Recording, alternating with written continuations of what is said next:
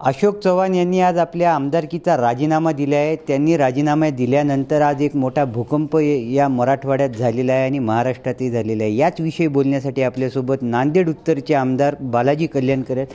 बालाजीराव, अशोक चव्हाण यांनी आज राजीनामा दिला आहे, कसं पाहता?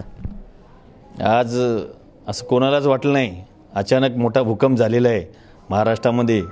महाराष्ट्र राज्याचे माजी मुख्यमंत्री अशोकराव चव्हाण साहेब, नांदेड जिल्ह्याची ज्येष्ठ काँग्रेसचे नेतृत्व करणारे अशोकराव चव्हाण साहेब यांनी जे आज मोठा भूकंप केला, जे राजीनामा दिला विधानसभेत सदस्याचा आणि पक्षाचा।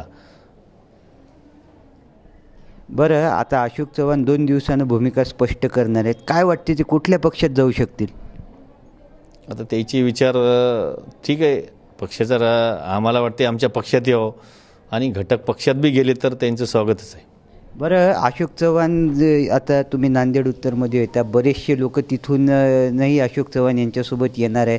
भविष्यामध्ये नांदेड उत्तरच्या जागेवर कोण दावा करू शकेल? दावा आमचाच आहे, त्याचा काही विचार नाही, ठरलेलं आहे, जे ठरले ते ठरले, त्याचा काही विषय नाही। आणि दाव्याचं अजून पुढे राहिलं आहे, विधानसभा पहिली लोकसभा आहे।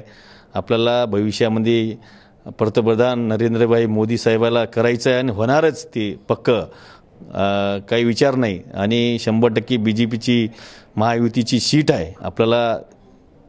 पूर्ण शिवसेना आणि अजित पवार राष्ट्रवादी गट आणि भाजप पूर्ण जे उमेदवार भाजपचा देतील त्याच्या 100% पाठीशी राहायचं आणि निवडून आणायचं। हे होते बालाजी कल्याणकर, ज्यांनी आत्ताच आपल्यासोबत बातचीत केलेली आहे। कॅमेरा पर्सन पुरुषोत्तम जोशीसह अभिषेक एकबोटे, ABP माझा, नांदेड। ABP माझा, उघडा डोळे बघा नीट।